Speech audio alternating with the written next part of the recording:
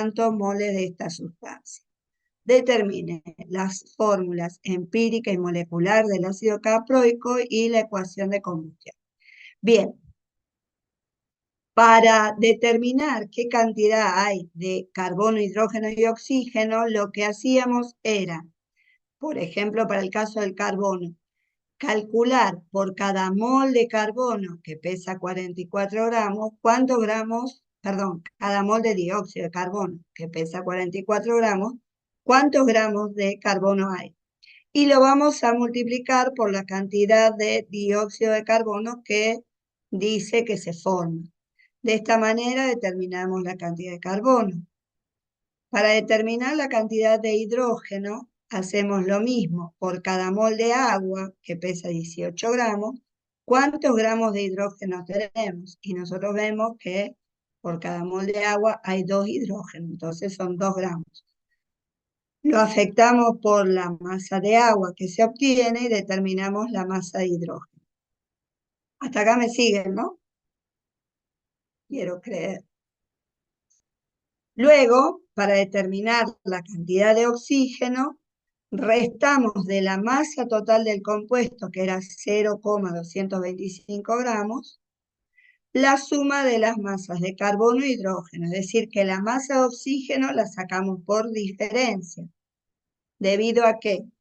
A que el oxígeno está presente en el compuesto, pero además, como es una combustión, nosotros agregamos oxígeno. De esta manera, determinamos la cantidad de cada uno de los elementos que componen esta sustancia, el ácido caproico. Como acá lo determinamos en gramos, lo que vamos a hacer a continuación es dividir la masa de cada uno de estos elementos por su masa atómica. Entonces, para el carbono, dividimos esa masa por 12, para el hidrógeno esa masa por 1, o sea que nos queda el mismo valor, y para el oxígeno por 16.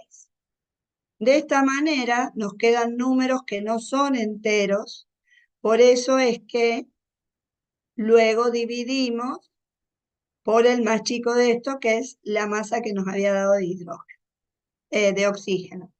De esta manera llegamos a que obtenemos 3 moles de carbono, 6 de hidrógeno y 1 de oxígeno. Eso hace a la fórmula mínima que está acá arriba. ¿Me siguen? Si alguien quiere consultar algo, lo hace ahora, por favor.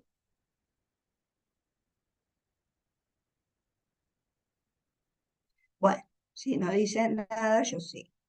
A continuación, lo que hacemos siempre es calcular la masa de la fórmula mínima y para ello sumamos las masas atómicas de cada uno de los elementos y la multiplicamos por las veces que está. Entonces va a ser 12 por 3 más 1 por 6 más 16. Nos da 58. Esa es la masa de la fórmula mínima. Con los datos que me dan en esta segunda frase que dice, otro análisis indica que 1 gramo de ácido caproico equivalen a 8,62 por 10 a la menos 3 moles, lo que hacemos es determinar su masa molar. 1 gramo, tantos moles. Acá me falta menos 3. Con lo cual, la masa molar del compuesto, o de la fórmula verdadera, es 116.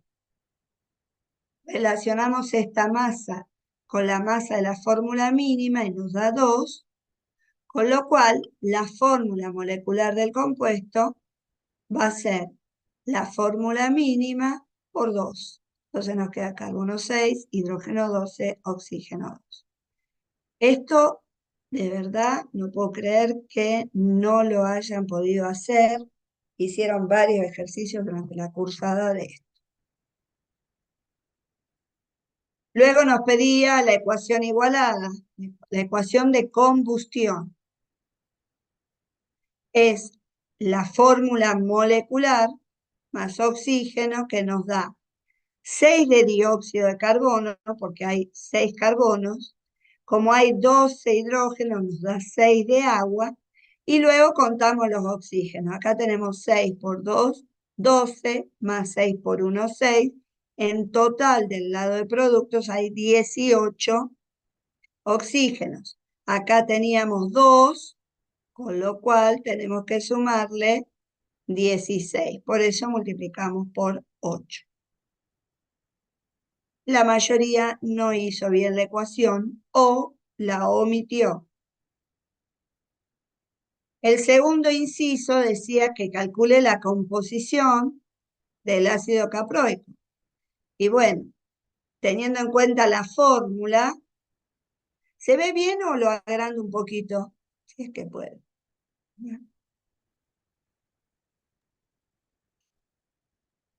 Ahí se ve mejor, ¿verdad?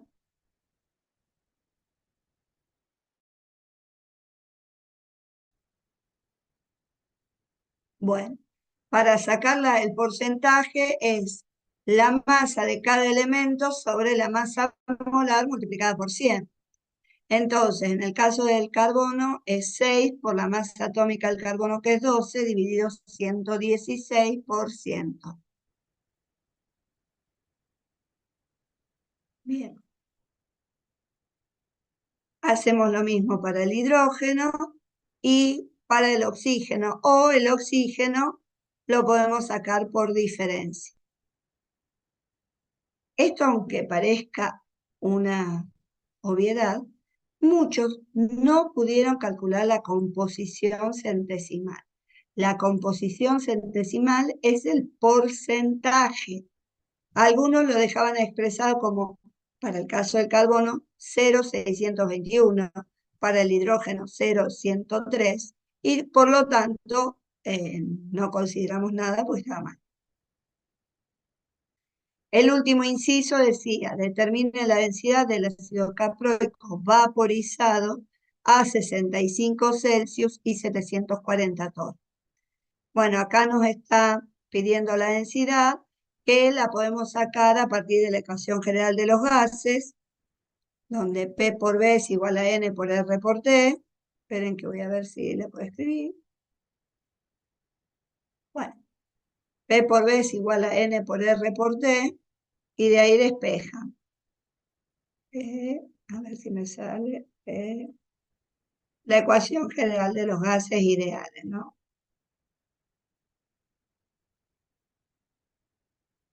Uy, Dios, manos duras. R y T.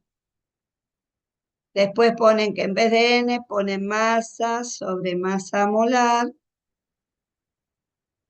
y luego pasan la densidad de la masa sobre el volumen, o sea que despeja el volumen, lo pasa por acá y nos queda esto. Bueno, esto era reemplazar, nos daba la masa molar del compuesto. Tenemos la presión expresada en torr, la teníamos que pasar a atmósfera, por eso es que divido por 760, la constante universal de los gases y la temperatura pasada a Kelvin. Y esta era la densidad. Debo confesar que la gran mayoría llegó a calcular esto. ¿Hasta acá todo bien? Ponele. Vamos al 2. Chicos, estoy tratando de explicar que me gustaría que alguien me conteste. Bueno, ¿se escucha bien? Sí, profe, se escucha bien. Bien. Bueno, por lo menos sí. El ejercicio 2 decía, era una estequiometría bastante sencilla, pero bueno. Cuando reaccionan 120, perdón, no les dije los puntajes que había puesto. En este primer ejercicio era 10 puntos del primer inciso, 3, perdón, 2 la composición centesimal y 3 la densidad, porque tenía un poquito más de complicación. En el ejercicio 2, dice, cuando reaccionan 120 gramos de cloruro de amonio al 85% de pureza, con 70 gramos de óxido de calcio al 90% de pureza, se obtiene agua, cloruro de calcio y 42,5 litros de amoníaco en condiciones estándar. La única dificultad de este problema eran las condiciones estándar. ¿Cuáles son?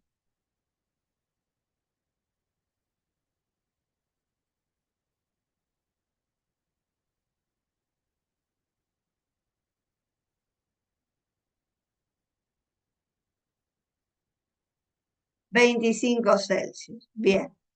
O sea que un mol no ocupa 22,4 litros, que fue el error que cometió la gran mayoría.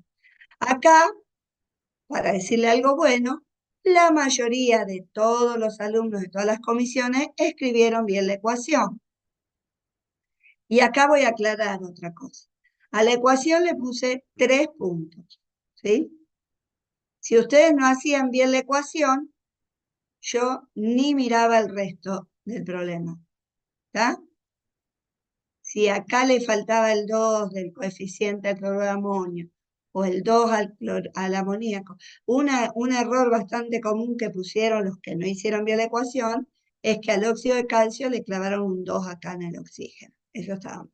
Es decir, si la ecuación estaba mal, yo ya no veía más nada. Sí, voy a tratar de borrar esa ecuación que dice que está en verde. ¿Cómo se borra? Esperen que encuentre el borrador. Anotar. Oh, no es fácil lo que me están pidiendo. No,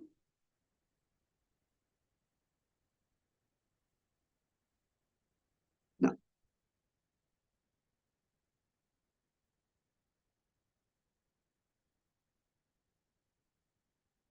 no me acuerdo y no encuentro el borrador. A ver,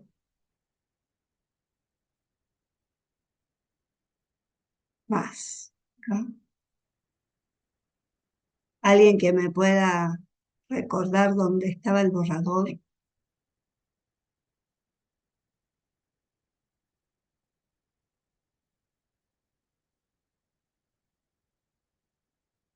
No,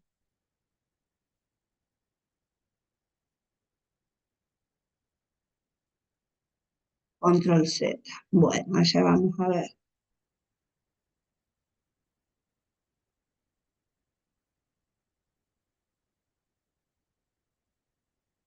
No, no, no, no. Bueno, no puedo. La otra es que lo saque y vuelvo a empezar. Bueno, a ver, le voy corriendo para que no tape.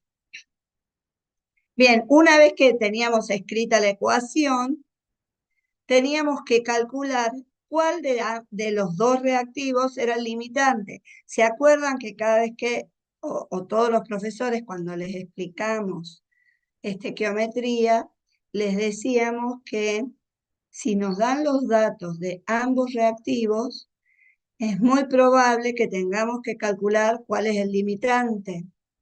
No nos van a pedir, pero se tienen que dar cuenta que lo tenían que calcular. Bueno, algunos no lo calcularon. Para calcular el reactivo limitante, relacionamos geométricamente uno y otro reactivo mediante las masas molares. La masa molar del cloruro de amonio es 53,5, les dábamos los datos del nitrógeno, hidrógeno y cloro, y la masa molar del óxido de calcio es 56. Entonces, por estequiometría, que es esta primera relación, sabemos que 2 moles de amoníaco reaccionan con 1 mol de óxido de calcio. Vamos a pasar los gramos de óxido de calcio, los vamos a multiplicar por la cantidad que teníamos, que eran 70 gramos con 90% de pureza. De esta manera nos dice que hay 2,25, que se necesitan 2,25 moles de amoníaco. Por lo tanto, vamos a ver cuánto teníamos de amoníaco. La otra es hacer la relación inversa. ¿Esperen qué? Esperen un cachito.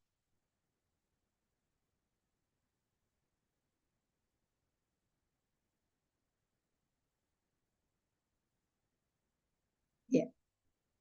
Acá relacionamos otra vez 2 moles de amoníaco es según, bueno, perdón.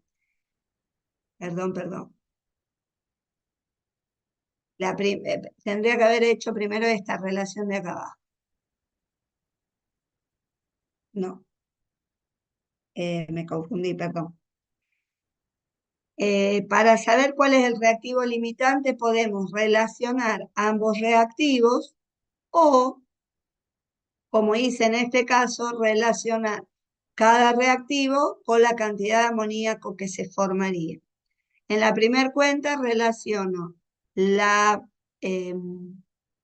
cantidad de amoníaco que se formaría si uso el óxido de calcio. Ven que dice, tengo 56 gramos, perdón, 70 gramos del 90%. Si yo utilizo esto, tendría que obtener 2,25 moles de amoníaco. Hago lo propio con el cloruro de amonio. Por cada 2 moles de amoníaco, necesito 2 moles pasados a gramos de cloruro de amonio. Multiplico por la masa de cloruro de amonio y su pureza, y me dice que obtendría 191 mol de amoníaco. Con lo cual, vemos que si yo utilizo el cloruro de amonio, se obtendría menor cantidad de amoníaco que si utilizo el óxido de calcio. Por esto definimos que el reactivo limitante es el cloruro de amonio. Sabiendo cuál es el reactivo limitante, y recuerden que nos pedía la ecuación y el rendimiento. Sabiendo cuál es el reactivo limitante, lo que hacemos ahora es calcular el volumen teórico de amoníaco que se obtendría si la reacción fuera al 100%. Para esto ponemos de la ecuación general de los gases, despejamos volumen como el número de moles, RT sobre la presión. El número de moles que se obtendrían de amoníaco si la reacción fuera al 100%, es 1,91, utilizando los datos del reactivo limitante, obviamente. La constante, y acá es donde estaba el problemita, era condiciones estándar, entonces es 25 Celsius, o sea, 298 Kelvin. Luego, el rendimiento va a ser el volumen real, que es el que nos dan como dato en el problema, dividido el volumen teórico. Y nos da 91,0, o algunos si redondearon eran 91,2 gramos por litro. Y acá es importante. El volumen, si ustedes lo hacían con 22,4 litros o 273 Kelvin, les daba menor, ¿sí? Menor a 46,7. Y entonces, al calcular el rendimiento, la mayoría le clavó acá 99,5. Esto no es gramos por litro, ¿eh? Esto hay que borrar. Este es el correcto, chicos, este que está acá. Esto me quedó de otra que pegué. Bueno, la mayoría les daba un rendimiento del 99,5 porque no usaba las condiciones normales. Después preguntaba, ¿cuál era la cantidad de sal obtenida? La sal, si volvemos a la ecuación, es el cloruro de calcio. Y la cantidad de cloruro de calcio la calculamos también a través del reactivo limitante, que era el cloruro de amonio.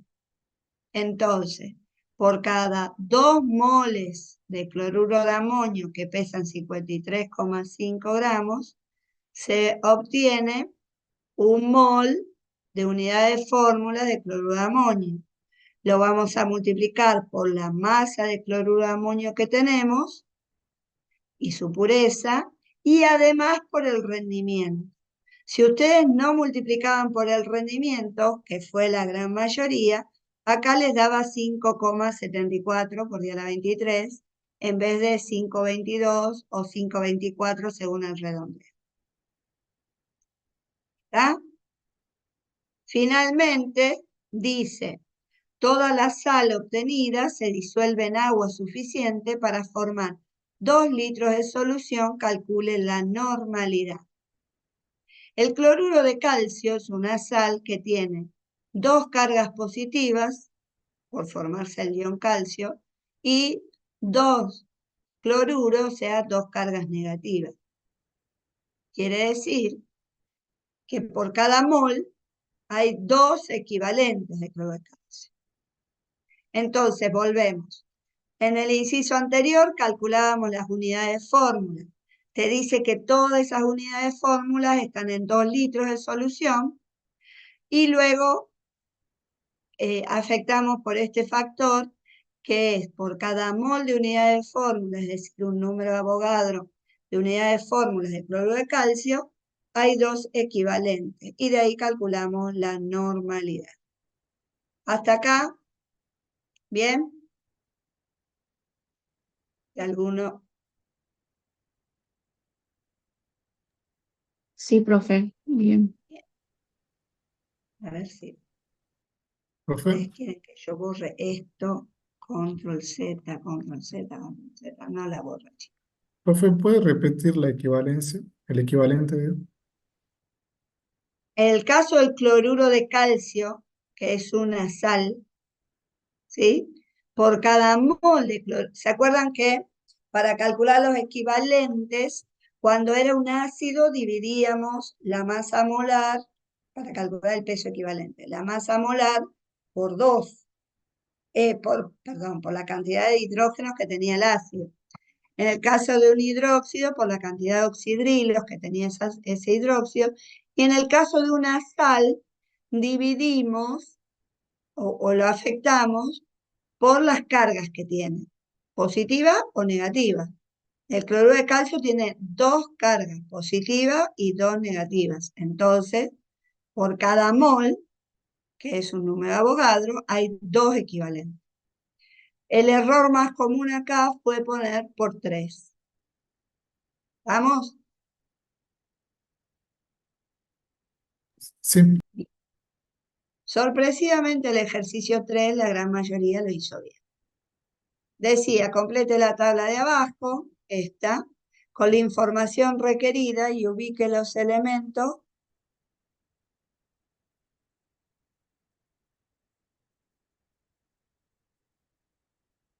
A ver, esperen que me están indicando cómo borrar. A ver, este. Ajá, este, ¿no? Resaltar.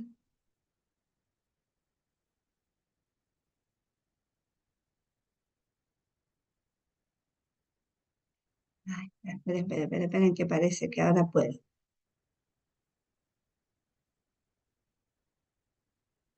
No, no, no, no.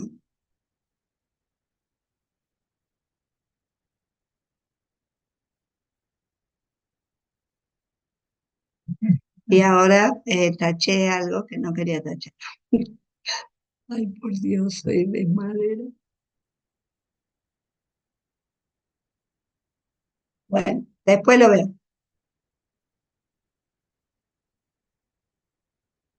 No quiero nada. Bueno, y ahora me va a quedar.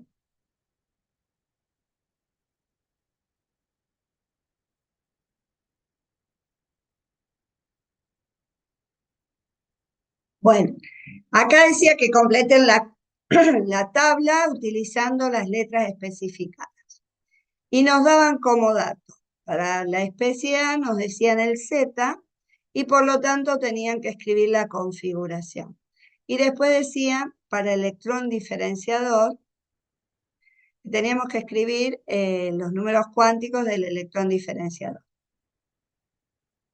el último, el diferenciador sería el último electrón que ingresa, con lo cual es 3 porque está en el periodo 3, 2 porque son orbitales d, y 1, como es un electrón, está en el primer orbital que es -2, y como es el primero que ingresa, es positivo, un menos. La gran mayoría lo hizo bien. Para ubicarlo en la tabla está en el periodo 4, fíjense acá, 1, 2, 3, 4. D1 eran los orbitales D, son estos 10 que están acá abajo, el 1 es este. La gran mayoría hizo bien esto, no sé si quieren que me detenga ahí, pero la gran mayoría lo hizo bien. Bueno, en algunos casos nos daba el Z, en otros nos daban la configuración, debíamos calcular el Z y lo del electrón diferenciador. En este ejercicio, la verdad, noté que la mayoría lo hizo bien. Después decía, ordene los elementos de la tabla según energía de ionización creciente, y le vuelvo a poner la tablita acá. Vieron que la energía de ionización aumentaba de abajo hacia arriba y de eh, izquierda a derecha. Entonces, esto la verdad, todo bien. El radio atómico era justamente al revés del anterior. Y después decía, considerando los elementos del inciso A, es decir, estos que están acá en la tablita, ¿qué tipo de uniones prevalecen esperen, en cada una de las sustancias? Y las uniones eran covalente puro, polar, iónico o metálico. ¿Cómo nos dábamos cuenta? Bueno, el L2 es el mismo elemento unido entre sí, entonces covalente puro. El A es un metal, así que era metálico y estaba solito, no estaba unido a nadie. El M también es un metal, igual que en este caso el M es un metal, pero está unido a un no metal. Por lo tanto, el enlace es iónico. Y acá el L, que es un no metal, está unido a otro no metal, la unión es covalente polar. ¿Cuál de estas sustancias tendrá menor punto de fusión? Y bueno, es la covalente pura. Después dice, un mol del compuesto está formado por un mol de la sustancia ñ y 3,011 por 10 a la 24 átomos de cloro. Complete la siguiente tabla considerando el átomo central.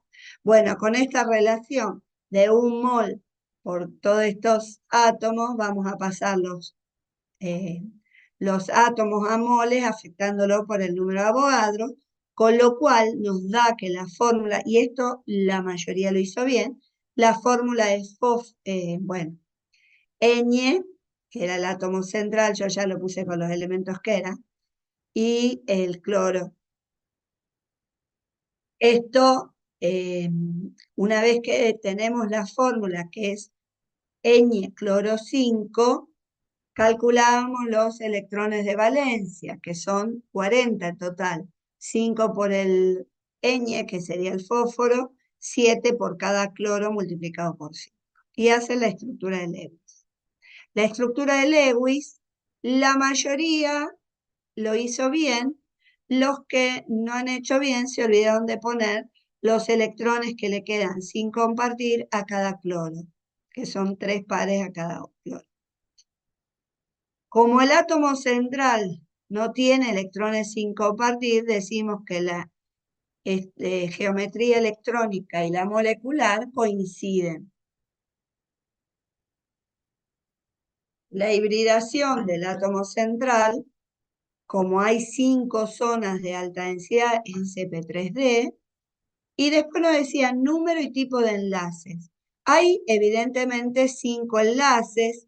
Podemos decir, si queremos, que el átomo central, ¿qué pasa con su octeto? ¿Lo cumple? ¿Lo expande? ¿Está incompleto?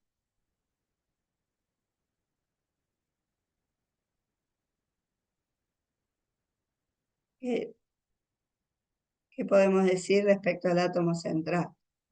Ya sabemos que tiene 5 zonas de alta densidad, por lo tanto podemos saber la geometría electrónica y molecular. Sabemos que forma orbitales sp3d y expande. Muy bien a los que han escrito, que expande el octeto. Expande y es posible porque es un elemento que está a partir del periodo 3, ¿no? Bien, entonces forma 5 enlaces sigma, porque son simples, es sp3d para el ñ, y podían poner P o sp3 para el cloro. Si no lo especificaban, porque decía tipo de enlace, ahí tenían que determinar. Si puedo explicar cómo llega, ¿a qué? Están preguntando. Volvemos a esto. Con estos datos de 1 mol de N y 3,011 por día a la 24 átomos de cloro, sacamos la fórmula molecular del compuesto, que es N-cloro 5. Como N ya sabíamos que estaba acá, es del grupo 5, tiene 5 electrones de valencia, y el cloro está en el grupo 7, tiene 7 electrones de valencia. Calculamos los electrones totales y dibujamos la estructura de Lewis. Al dibujar la estructura de Lewis, vemos que el átomo central tiene 5 zonas de alta densidad electrónica, con lo cual corresponde una geometría electrónica bipiramidal de base triangular o bipiramidal trigonal, que coincide con la molecular debido a que el átomo central no tiene electrones sin compartir. La hibridación que corresponde a ese átomo central, como hay 5 zonas, es sp3d. Y entonces el tipo de enlace son 5 enlaces entre fósforo y cada cloro, y la hibridación del átomo central es sp3d, y la del átomo cloro, que es el de la periferia, podían poner P, o como cada cloro tiene 4 zonas de alta densidad, podíamos poner sp3. También valía. Los ángulos de enlace correspondientes a este tipo de geometría son de 90 grados y de 120. ¿Dudas? Sí. Este me encantó, este problema. Me encantó. Lo reciclé de hace varios años atrás. Dice, en un recipiente de hierro se coloca 1 mol de una mezcla de nitrógeno y oxígeno a 20 Celsius y 850 milímetros de mercurio de presión total. Transcurrido un tiempo necesario, todo el oxígeno se combinó con el hierro, formando óxido férrico de volumen despreciable. La presión final dentro del recipiente es de 350 milímetros de mercurio, considerando que la temperatura se mantiene constante. Calcula. El volumen del recipiente. Bueno, con la ecuación de los gases, nosotros tenemos inicialmente nitrógeno y oxígeno. Y en el enunciado me está diciendo que el oxígeno se combina todo con el hierro. Por lo tanto, al final, ¿qué vamos a tener? Inicialmente teníamos nitrógeno y oxígeno. Y al final,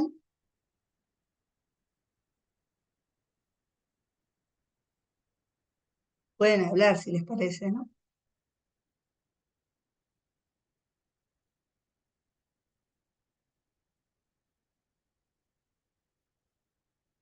Solo nitrógeno. Bueno, de los gases sí. ¿Y qué más?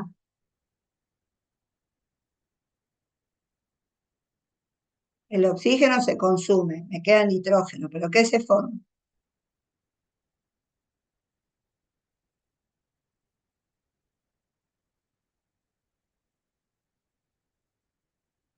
Óxido férrico. Bueno, Entonces, nos pide que calculemos el volumen del recipiente. El volumen del recipiente lo vamos a calcular en función de la cantidad de moles gaseosos que tenemos al principio, RT y la presión. Bueno, acá, perdonen, acá no es una atmósfera de presión, chicos, es 1, y piquito, porque lo corregí después, ¿no? Es 850 dividido 760, pero sí da 21,5. ¿Ah? Y esto también, no es 293, 12, así es 293.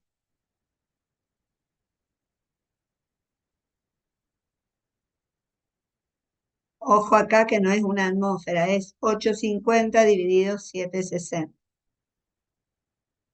Bueno, el volumen la gran mayoría lo calculó bien, que es 21,5. Esto valía 5 puntos cada inciso. En el segundo dice la presión total de cada gas al inicio y al final. Bien, inicialmente la presión total es la suma de las presiones parciales de oxígeno y nitrógeno. ¿Estamos?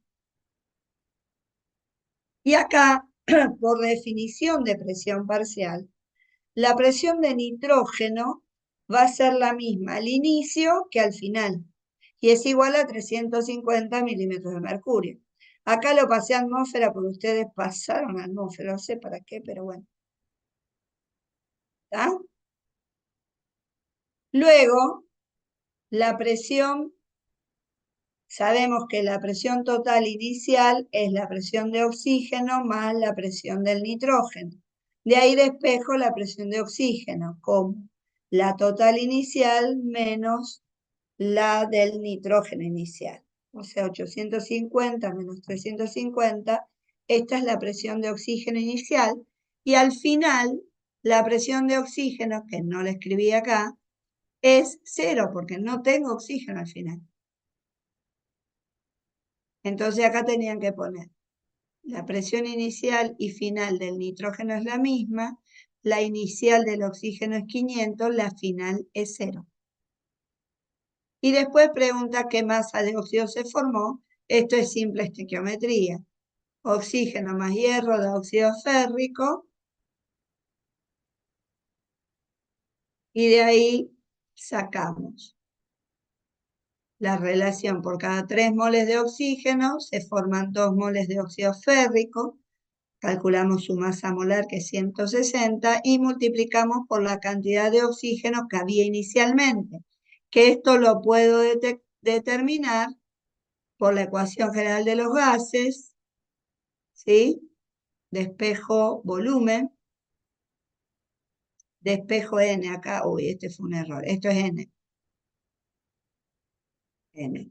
Este es el número de moles, no sé por qué está mal. Bueno, acá esto está mal, es N. Es esta cantidad. Y de ahí despejamos la masa de óxido férrico que se forma.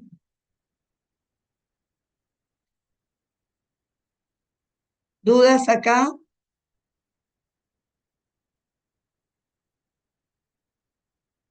Listo. Vamos al ejercicio 5. Este es un ejercicio que resolvió la profesora Norma en clase, muy similar, y decía, considere una solución ideal de 2 sustancias líquidas A y B, utilice los datos detallados en el gráfico. Realice los cálculos necesarios para completar la tabla. Bueno, en la tabla no había nada, todo esto lo calculamos y veamos cómo. Nosotros acá tenemos un punto marcado, tenemos, perdón, las coordenadas X y la presión total. ¿Se acuerdan que este grafiquito, esta curva que está acá o esta recta, corresponde a la presión total, que es la suma de las presiones parciales de A y de B? Esta que está acá, dado que, fíjense, vamos a analizar el grafiquito este porque yo creo que muchos no lo entendieron. En este punto de acá abajo nos indica que la fracción de A, que es la fracción en el líquido, es igual a 0, mientras que la de B es igual a 1. Dicho de otro modo, este lado tenemos solo la sustancia B. Este corresponde a la presión de vapor de B puro. No lo tenemos, hay que calcular. De este otro lado del gráfico tenemos todo A y la fracción de B es 0. Quiere decir que esta presión que está acá arriba, 325, corresponde a la presión de vapor de A puro, que es el primer dato que podemos poner en la tabla. 325 torr, que corresponde a la sustancia A pura. Y este otro, que no lo tenemos numéricamente, pero después lo vamos a calcular, corresponde a B pura. Entonces, esta curva que va desde este valor de x igual a 0, xa igual a 0, hasta este que es xa igual a 1, o fracción de a igual a 1, es la curva correspondiente a la presión de A. En cambio, esta otra, que va desde fracción de B igual a 0 hasta fracción de B igual a 1, es la que corresponde a la presión de B. Por lo tanto, la presión de A y de B, si la sumo, me da la presión total, que es la curvita de acá arriba. ¿Está? Bien, entonces colocamos este valor. Luego nos fijamos. El dato que nos da, que dice 255, es un dato de presión total para esta fracción, a esta composición de solución. ¿Y cuánto es este valor? Si vemos que A aumenta de 0 hasta 1, vamos a contar las rayitas. 1, 2, 3, 4, 5, 6, 7. Entonces, para una fracción de A igual a 0,7, ¿sí? Tenemos este otro punto. Si la fracción de A es 0,7, puedo contar desde acá para acá 1, 2, 3, 0,3 en la fracción de B. Estos dos valores los podíamos sacar del gráfico. Después tenemos, según Dalton, la presión total es la suma de las presiones parciales, de A más B. Y según Raoult, sabemos que la presión de un componente A es igual a la fracción molar de ese componente por la presión de vapor del componente puro. Como teníamos estos dos valores, podemos sacar la presión de A.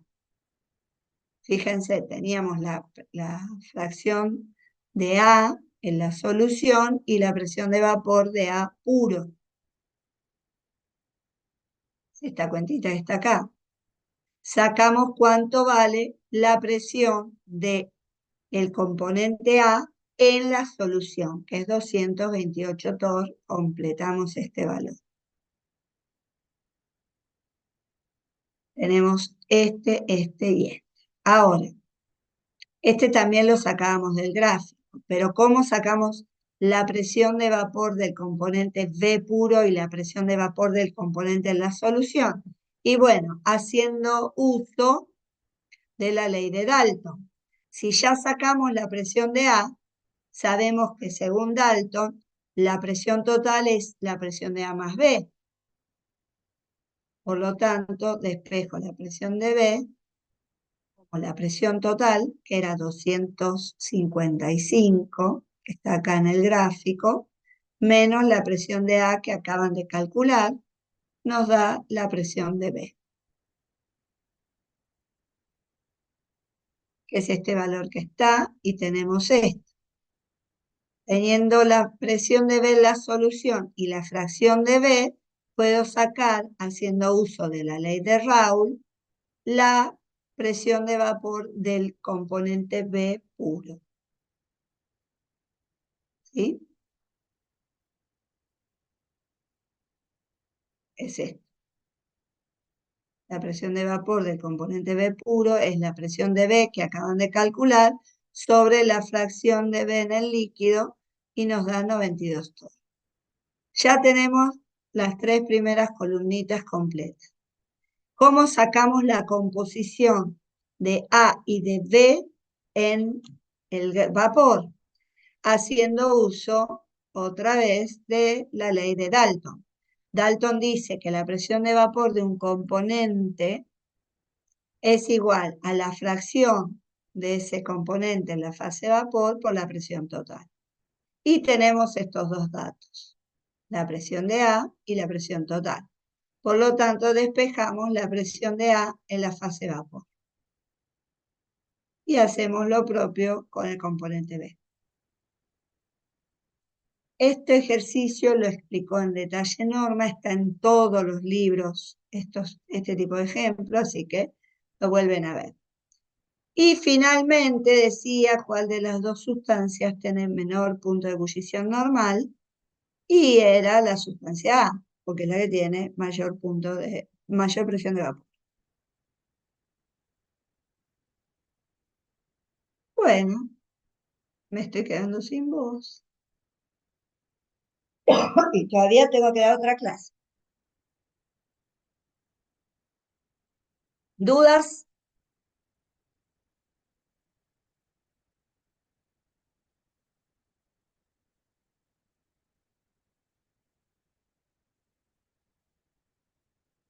Listo. A ver, ahí que hay una. Bien, sigo. El ejercicio 6, el último decía, a ver, esperen que hay un mensajito.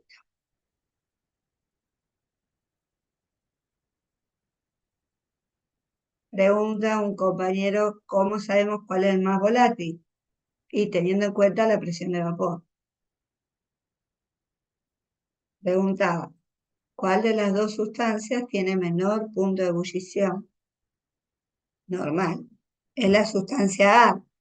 En que acá la sustancia A es la que tiene mayor presión de vapor, es la que tiene menor punto de ebullición.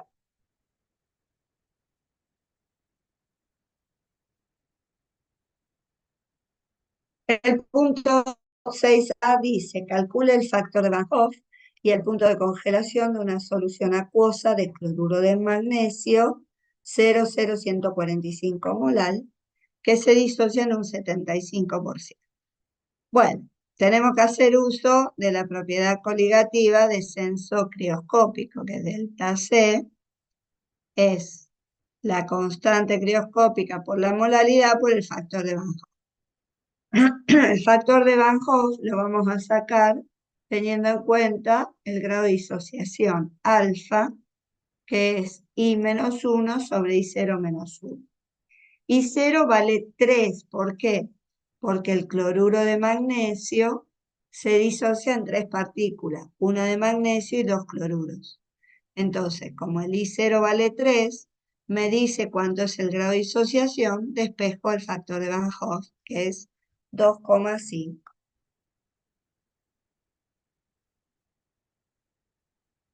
Y luego, la constante crioscópica me la daban como dato en la parte de arriba del parcial, y la molaridad también es dato.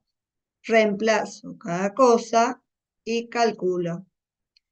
Pero no me pedía el delta T, me pedía el punto de congelación. O sea,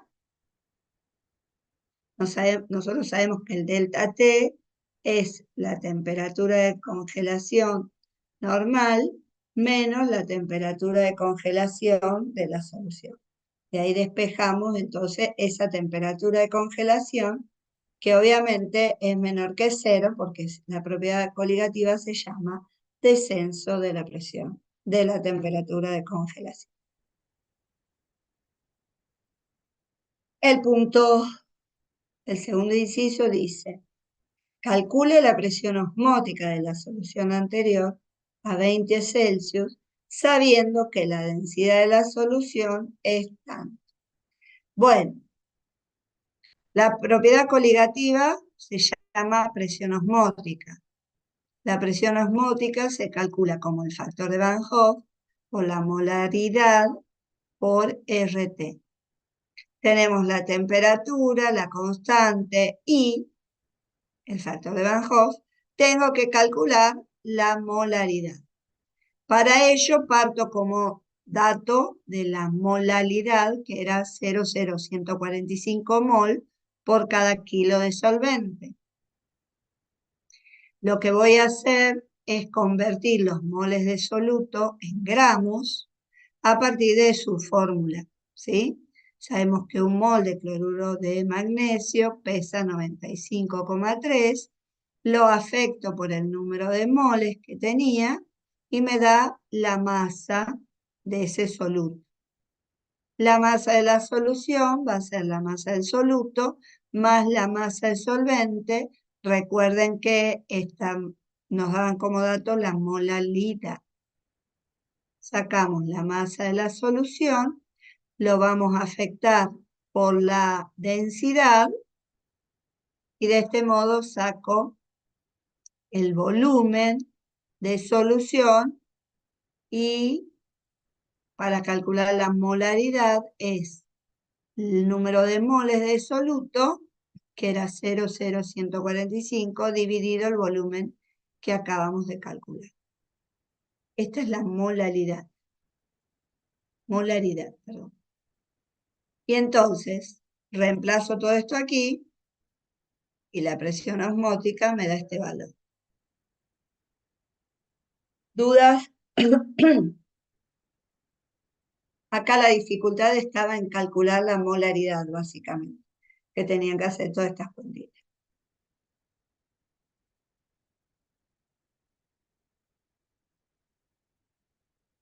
Bueno, finalmente vamos al último ejercicio y dice, reacciona yodo molecular, que es yodo 2, con ácido nítrico para dar ácido yódico, que es un ácido oxigenado, monóxido de nitrógeno y agua. Ajuste la reacción mediante el método del ion electrón. Bueno, primero escribo la ecuación así en borrador. Yodo más ácido nítrico me da ácido yódico, monóxido de nitrógeno y agua. Sería esto, yodo más ácido nítrico, monóxido de carbono, ácido yódico y agua. Y luego la voy a igualar. Sé que el yodo pasa de 0, su número de oxidación es 0, a ¿cuánto está acá en el ácido yódico? ¿Qué número de oxidación tiene el yodo ahí? 5. Bien, entonces la reacción de oxidación, perdón, esa sería la reducción, porque pasa de 0 a 5, ¿sí? Se reduce, se oxida, perdón. Y el nitrato, el nitrógeno del ácido nítrico pasa de número de oxidación más 5, el nitrógeno acá tiene más 5, a más 2, más 4. Más 2, perdón. De más 5 a más 4. Ahí tengo planteada la oxidación y la reducción. Fíjense que acá está planteado con los electrones restando de este lado, del lado reactivo, que sería lo mismo que ponerlo de este lado positivo. Bueno, para igualar la ecuación redox, de este lado tenemos 2 yodos y acá 1, por eso ponemos el coeficiente 2. Luego igualamos los oxígenos. De este lado tengo 6 oxígenos, por eso sumo 6 de agua. Y tengo que igualar ahora los hidrógenos. Acá tengo 6 por 2, 12 hidrógenos, sumo 12 protones. Igualo con carga, sumo de este lado 10 electrones o los pongo negativos de este lado. Para el nitrógeno pongo nitrato con una carga negativa, que es el ion del ácido nítrico, el anión del ácido nítrico, y de este lado monóxido de nitrógeno. nitrógenos están equilibrados, pero acá hay 3 oxígenos y de este 2, por eso sumo 2 de agua. Luego cuento los hidrógenos, que hay 4, pongo 4 hidrógenos de este lado, y equilibro con los 3 electrones que hacen falta para pasar de +5 a +2. Como la cantidad de electrones no son la misma, multiplico la primera ecuación por 3, la de abajo por 10, y sumo todo.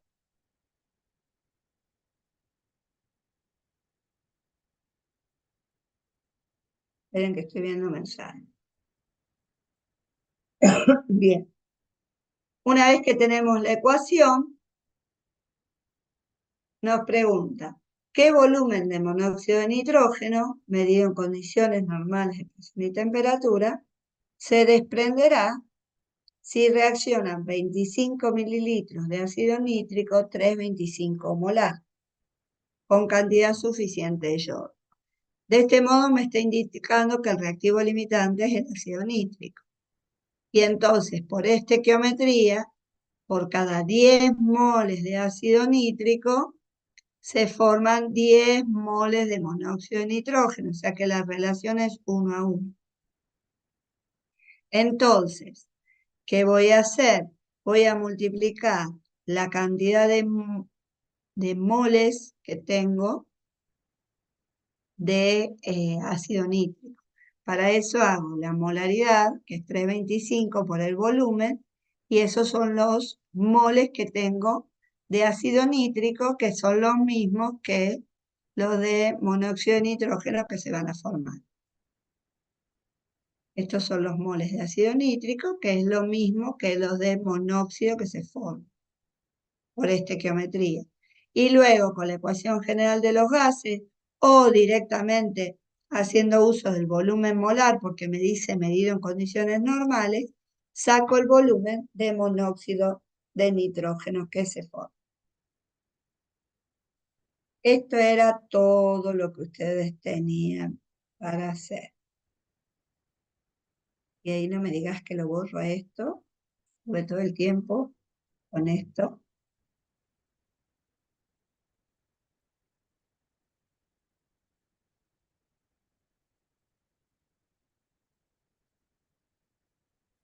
No lo pude borrar. No.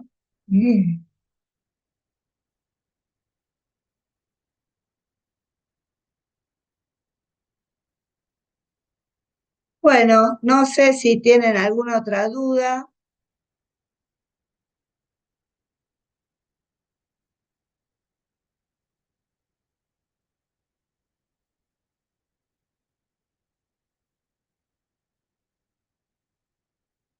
Sí, Karen.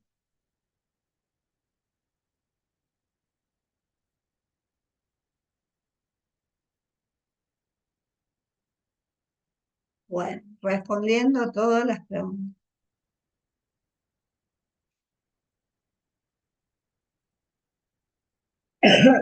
Bien. El recuperatorio va a tener el mismo nivel de complejidad que esto. Vuelvo al primer ejercicio por si quieren verlo. Para mí, como profesora de hace muchos años en química, aquellos alumnos que llegaron a 40 puntos y no pudieron hacer el ejercicio 1 y el 2, no tendría que haber aprobado siquiera, porque es lo fundamental, es calcular una fórmula y una estequiometría, re sencilla, ¿tá? Así que revise. Bueno, empiezo por lo de arriba y voy a ir bajando.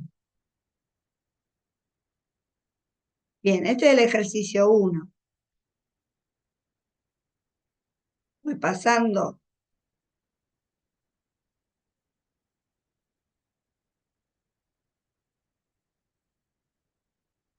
Vamos con...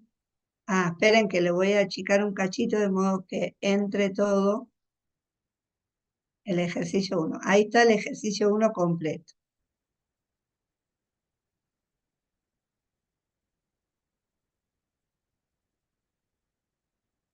Voy al 2.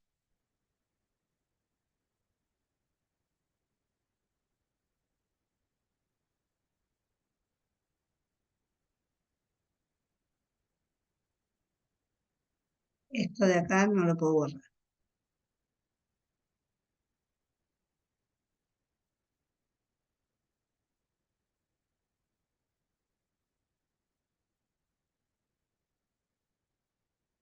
Voy al ejercicio 3.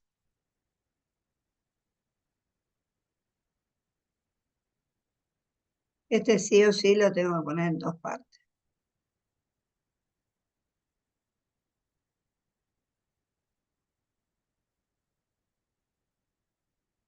¿Listo? La última parte del ejercicio 3 es esa.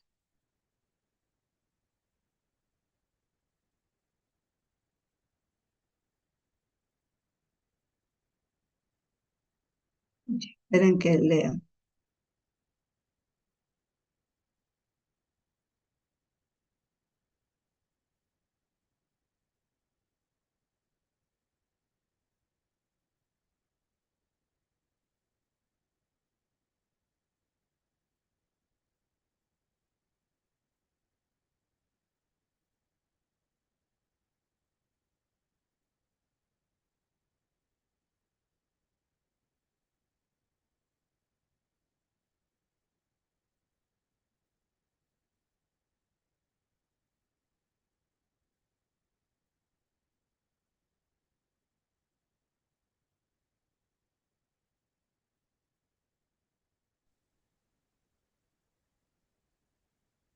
No, no lo puedo, Arriba, chico. Mara, en donde está, donde dice menú, primer parcial, todas las herramientas, editar, convertir, en la flecha esa que Sí, está acá al costado. ahí está. Ahí, sí, esa era. A ver. Podés creer vos. Y ahora, y Ah, que no, lo no se tengo que cambia. apretar hasta que se borre todo. Pero no, no se borra. No se borra. Bueno, yo no lo quería borrar. ¿Vieron? Sí, ahora Para que se cuando acuerde. salga lo borro todo. No importa. Arriba a la izquierda, arriba a la izquierda. Todas las herramientas. No,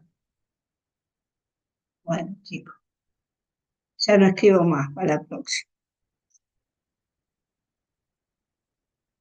Bueno, después voy al ejercicio 4.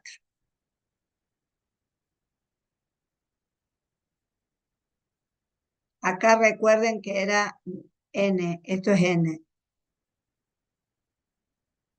número de moles. Esperen que se los borro. Ahí. Esa que dice B es N.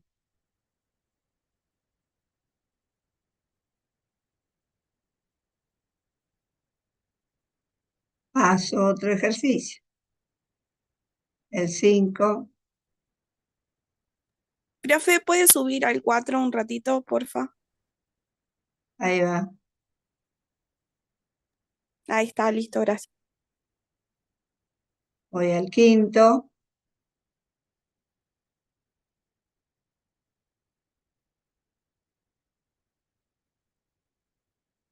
Y voy al 6.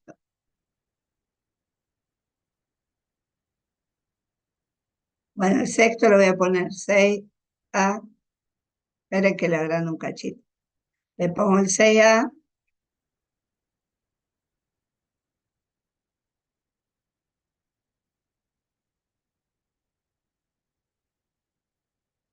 Y ahora pongo el 6B.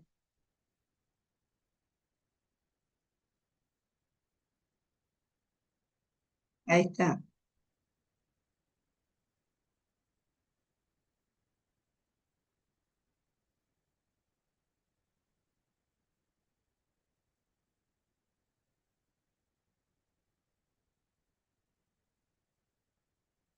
Ah. Recuerden que había uno que de la presión, a ver, ¿cuál era? Este. Acá no era una atmósfera, ¿no? Era 850 dividido 760.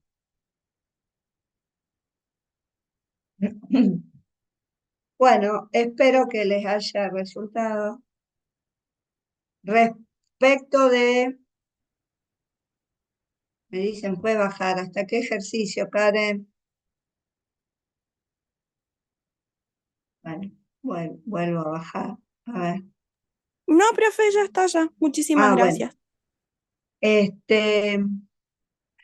Para el recuperatorio, como les decía, es del mismo nivel de complejidad. Esto va a haber seguro, calcular la fórmula mínima, calculo.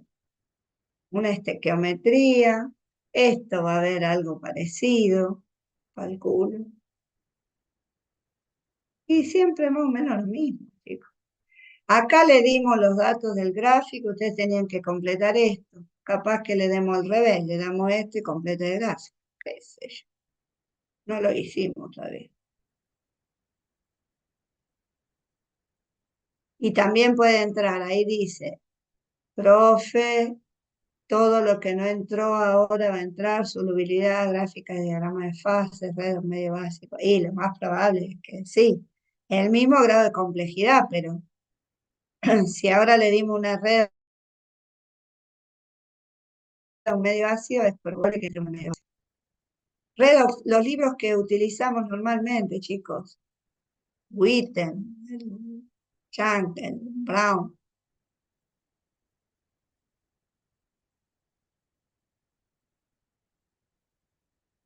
Bueno, entonces, si ya no hay más dudas, los voy a liberar, así descanso un poquito mi garganta.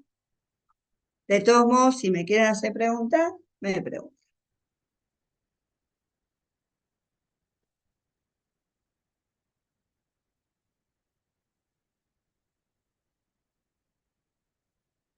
Bien.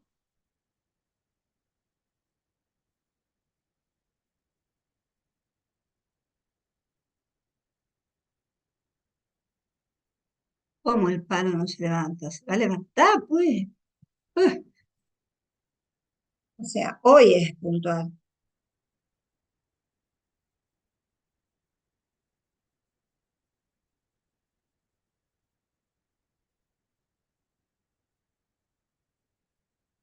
Ahí te contesto, Samsung A12. Mirá, dice, la pregunta es ¿por qué iguala los números moles? Una vez que tenemos la ecuación igualada, esta 3 moles de yodo más 10 moles de ácido nítrico te da 10 de monóxido de nitrógeno, 6 de ácido yódico y 3 de agua. La pregunta dice, ¿qué volumen de monóxido de nitrógeno en condiciones normales se desprenderán si reacciona 25 mililitros de ácido, 3,25 molar? La relación estequiométrica me dice que por cada 10 moles de ácido nítrico se forman 10 moles de monóxido de nitrógeno. O sea, que se van a formar la misma cantidad de monóxido que de ácido nítrico del cual proviene.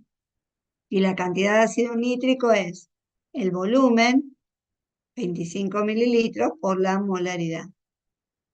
O sea que el número de moles de ácido nítrico, que es 0,081, genera esa misma cantidad de moles de monóxido de nitrógeno.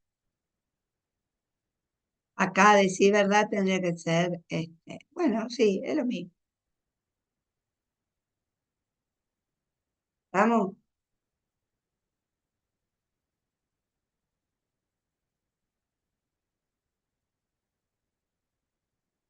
¿Quedó?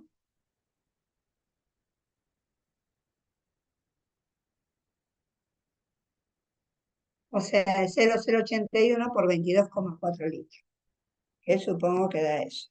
No revisé esa cuenta, corté y pegué.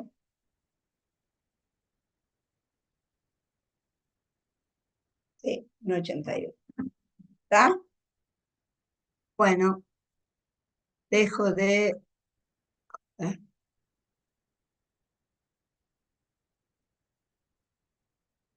¿Qué 4 protones? Ay, espere. Lama dice, ¿qué pasó con los 4 protones de la ecuación R2? ¿No se utilizaron? No, el enlace para mi clase no es el mismo. es otro.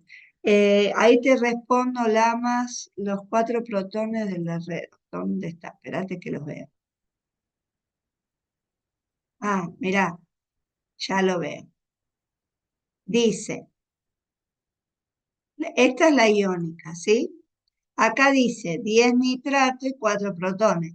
Si yo pongo 10 de ácido nítrico, ya estoy incluyendo los 4 protones. Y es más, estoy poniendo 6 protones más que van a aparecer después acá, en el yódico. ¿Ha respondido?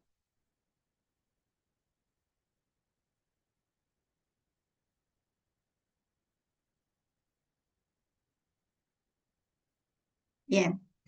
Bueno, chicos, recuerden, no es el mismo enlace para mi clase. Si hay alguno que se quiere quedar en mi clase, no hay ningún problema, pero tienen que conectarse con el otro link.